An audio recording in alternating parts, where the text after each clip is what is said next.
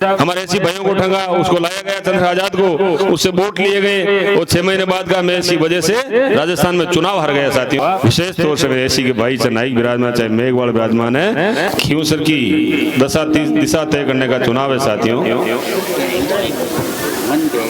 जब 2023 का चुनाव हुआ था मात्र 2000 वोटों से रेवू जी भाजपा यहाँ से हार गई थी।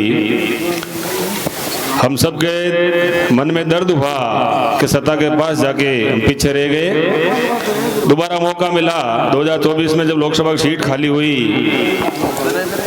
वापिस जनता में आशा जगी कि अभी रेवू जी डांगा को पुनः टिकट मिले तो खींवसर हम जीत सकते हैं, रेवू जी जीत सकते हैं। आप सबका सर्वे, आप सबका सानिध्य, सबकी राय पूछी गई।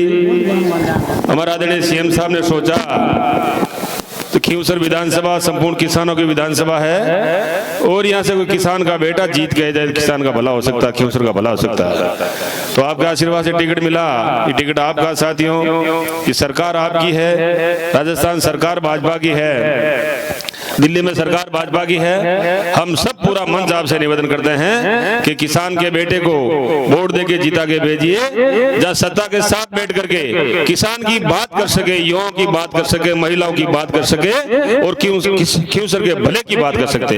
ऐसे संपूर्ण किसान के बेटे, सारी पार्टियां किसानों की बात करते हैं। हम किसान हैं, जब टिकट की बात आती है तो किसान को भूल जाते हैं। हमारी भारतीय जनता पार्टी ने संपूर्ण किसान के बेटे को टिकट दिया है। हम सबका प्रथम करते हुए ऐसे किसान परिवार से जब जीत के जाएगा, निश्चित तौर से खींवसर का भला होगा और क्षेत्र का विकास होगा साथियों अभी बता रहे थे हमारे जगदीश सिंह बढ़िया साहब, हर चुनाव में गठबंधन चाहे भाजपा से हो, चाहे कांग्रेस से हो और चाहे हमारे एसी का लीडर भाई चंद्र आजाद से हो, लेकिन जैसे ही आप लोग सत्ता में वोट देते हो, सबका मानस होता जब हमारा एमएलए एमपी जीत के जाएगा, सत्ता में जाएगा तो खींवसर का भला होगा। लेकिन उल्टा हो रहा है।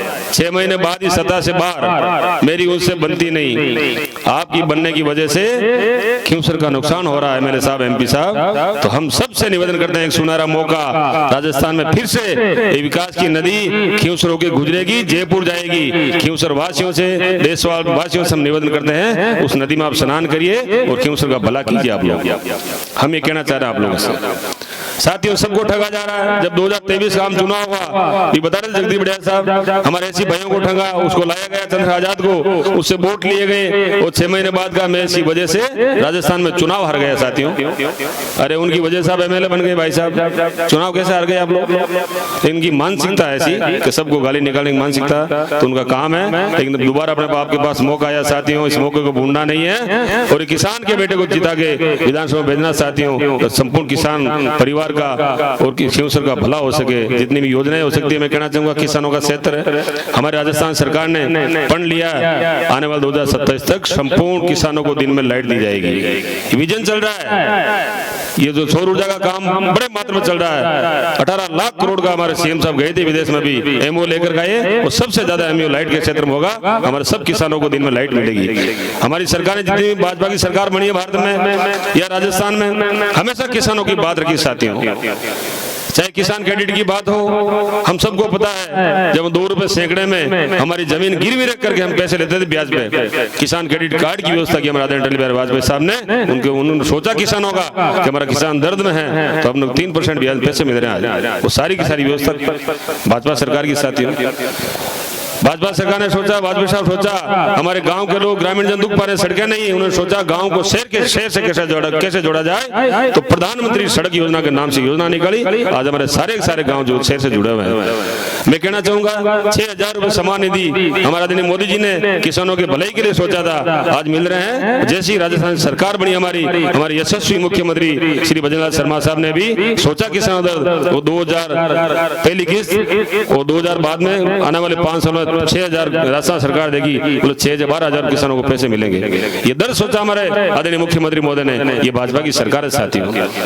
जब मूंग तुले की बात, एमएसपी पे 15 क्विंटल के 25 क्विंटल की बात जब पिछली सरकार दे रही थी, अभी सीएम साहब आए थे इनके नामांकन में, तो हम सबने बात रखी भाई किसानों की मूंग का बड़ा क्षेत्र है नागौर, यह ज्यादा होना चाहिए। 40 क्विंटल जो है तुलई का, जो सरकारी तुलई होना 40 क्विंटल का आश्वासन देके गए। सारी किसानों की बात, मजदूरों की बात करने वाली है जो भाजपा सरकार है। साथियों में यहाँ एसी के लोग बैठे हैं, इनको बरगाया जा रहा, कभी बाबा साहब के नाम से, कभी संविधान के नाम से, कभी आरक्षण के नाम से। मैं कहना चाहूंगा भाजपा सरकार वो सरकार है जो अंतिम छोर पे बैठे व्यक्ति का ध्यान रखती है, उस आदमी का विकास कैसे हो, वो विकास की धारा में कैसे जुड़े, ऐसी हमारी भाजपा की सरकार है। साथियों जुड़िए आप भाजपा से, आपको कोई नुकसान नहीं है। आपको भड़का रहे लोग, सोशल मीडिया के माध्यम से लोग भड़का रहे हैं आपको। जब चुनाव जीतने के बाद कहां जाते हैं, ये सोचने का विषय है। साथियों मैं संपूर्ण किसानों की विधानसभा, किसानों से, मतदाताओं से निवेदन करूं, खींवसर से हम लोगों को सोचना चाहिए 15-20 सालों में हमारा क्या नुकसान हुआ, क्या नफा हुआ राजनीति क्षेत्र में, हम सोचने का विषय है। 20 सालों से वोट देते आ रहे हैं, सत्ता में है नहीं,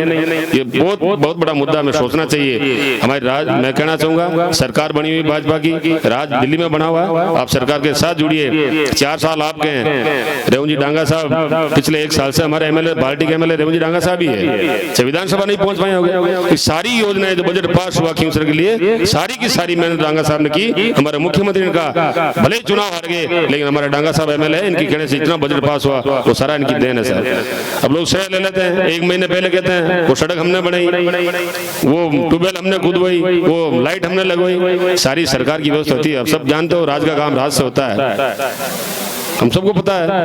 आप तो बहुत बुद्धिजीवी आदमी हो। राजस्थान में नागौर में खींवसर की जनता तो बहुत होशियार है, सबको पता है। साथियों ज्यादा लंबा चौड़ा भाषण नहीं, आप बहुत ही होशियार हो, बहुत समझदार हो। आने वाले 13 तारीख को अपना मत का भाजपा के पक्ष में मतदान करके रेवू जी को भारी मतों से विधानसभा भेजिए, ताकि राज्य के साथ बैठकर आप जो विकास की बात कर सके। साथियों 3 लॉबी बनी है विधानसभा सदन में, एक भाजपा की हाँ पक्ष की, एक कांग्रेस लोग बैठते हैं ना पक्ष में, और एक बीच में छोटी लीडी है, वह नई दिल्ली बैठते हैं। अब आप समझ लो नई दिल्ली कितना विकास कर सकता है। खाली बोलने से विकास थोड़ी होता है, भाषण से विकास नहीं होता। जब आपका विधायक जीत के जाएगा, सदन में बात रखेगा, तब क्षेत्र का विकास होगा। हम लोग ये कहना चाह रहे हैं साथियों, कोई लंबा चौड़ा भाषण नहीं। देखो 2023 में थोड़ो कमी रहेगी, बोलेंगी गाड़ी ठेर 200 फुट बाईपास होगी जयपुर, थोड़ो टिल्लो मारो न बगाड़े बढ़ जाए विधानसभा में, तो भल्लो का हम जाए, हम लोग कहना चाहेंगे।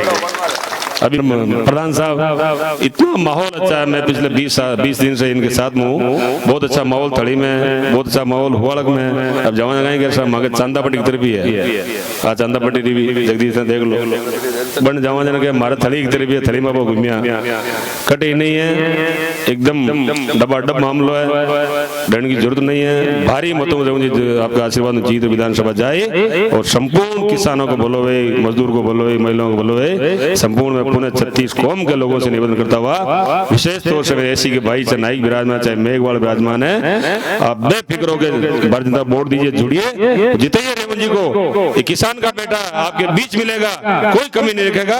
कोई कमी रह जाए तो मैं भी आपका पड़ोसी विधायक हूँ, आप मुझे बताइए, मैं आपके बीच में आने के हाजिर होने की कोशिश करूंगा, और आपके मान और सम्मान में हम कोई कमी नहीं रखेंगे। पुनः आपका बहुत बहुत धन्यवाद पूरे ग्रामीण का, आपने हमारा मान सम्मान किया।